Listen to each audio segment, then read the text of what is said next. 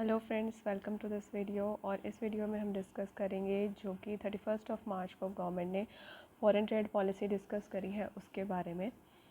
जो हमारे union minister of commerce and ministry हैं, उन्होंने श्री पीयूष गोयल जी ने जो है ये पॉलिसी 31 मार्च को प्रेजेंट कर दी है और ये 1 अप्रैल 2023 से एप्लीकेबल भी हो जाएगी।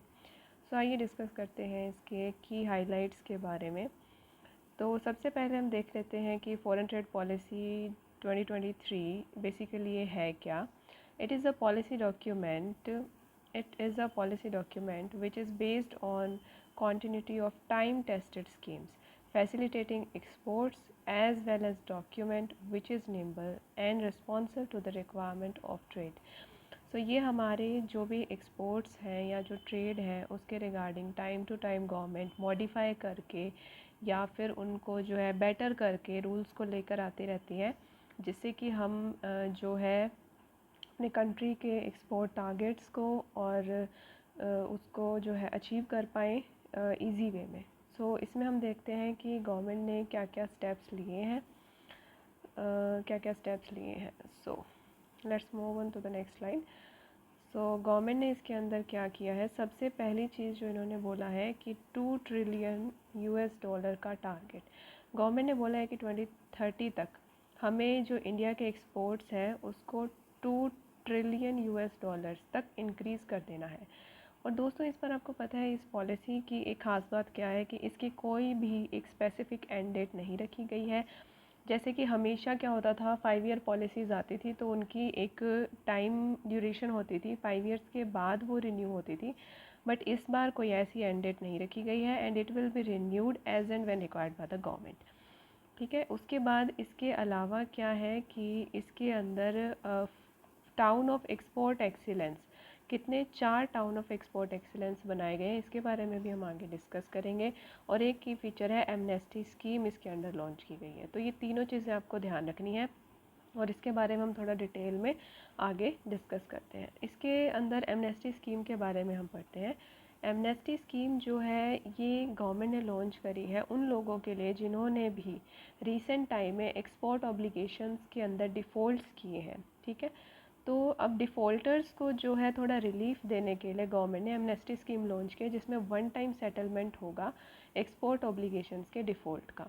इसमें क्या होगा, गवर्नमेंट आपकी जो है वो एक ऑनलाइन पोर्टल जो है वो स्टार्ट करेगी और इसके पोर्टल में क्या होगा, 6 मंथ्स तक एक विंडो ओपन रहेगी इन डिफ़ॉल्ट करने वाले लोगों के लिए, ताकि उनको रिलीफ दिया जा सके।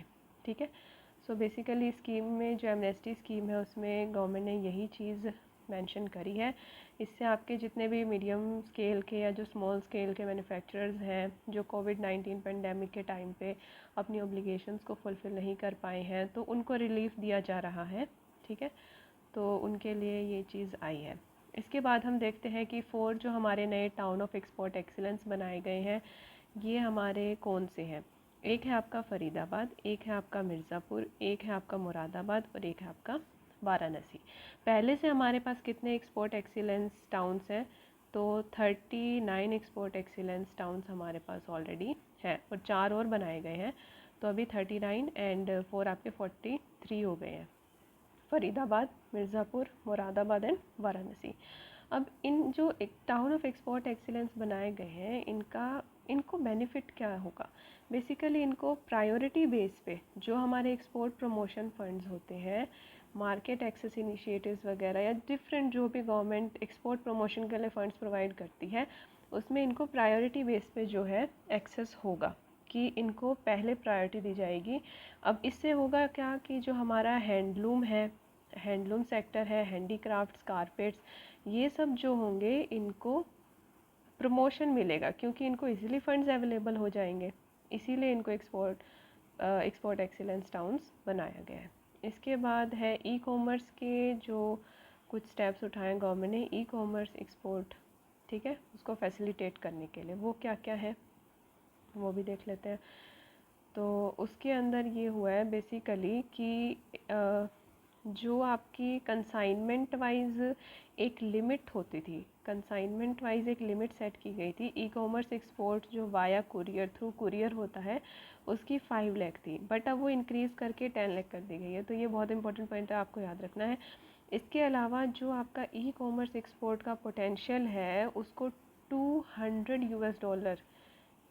बिलियन यूएस डॉलर से बढ़ाकर 300 बिलियन यूएस डॉलर तक इंक्रीज़ करने का हमने टारगेट बनाया है 2030 तक।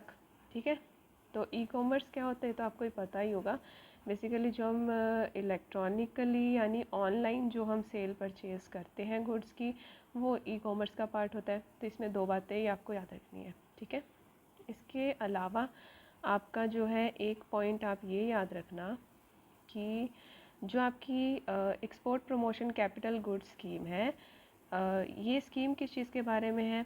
Export promotion capital goods scheme कि हम जब भी हम जैसे मान लो हम कोई मैन्युफैक्चरर है, हम कोई भी गुड्स बना रहे हैं, हम वो एक्सपोर्ट पर्पस से बना रहे हैं, तो गवर्नमेंट ने हमें क्या बेनिफिट दिया है कि उसके लिए अगर हमें कैपिटल गुड्स की रिक्वायरमेंट है तो हम वो बाहर से capital goods zero custom duty पे मंगवा सकते हैं। ठीक है, तो उसमें हमें कस्टम ड्यूटी पे नहीं करनी पड़ेगी, चाहे हमें वो प्री प्रोडक्शन पोस्ट प्रोडक्शन, ठीक है, तो हमें किसी भी पर्पस से वो चाहिए, बस हम जो बना रहे हैं वो एक्सपोर्ट पर्पस से होना चाहिए। तो गवर्नमेंट हमें यहाँ पे बेनिफिट देती है। अब इसमें कुछ की एडिशंस गवर्नमेंट ने कर दिए हैं इस बार। एक तो प्रधानमंत्री मित्रा योजना, ठीक है, prime minister mega integrated textile reason and apparel park, ये इसमें एडिशन कर दिया गया है। तो इसके अंडर भी अब आप बेनिफिट ले सकते हो, बस ये एक इसमें एडिशन हो गया है। अब आप सेम बेनिफिट इसके अंदर भी ले सकते हो। इसकी फुल फॉर्म आपको याद रखनी है, ये इंपॉर्टेंट है, prime minister mega integrated textile reason and apparel park. इसके अलावा डेयरी सेक्टर है, डेयरी सेक्टर में जो है उसको एवरेज एक्सपोर्ट ऑब्लिगेशन से एग्जम्प्ट कर दिया गया है।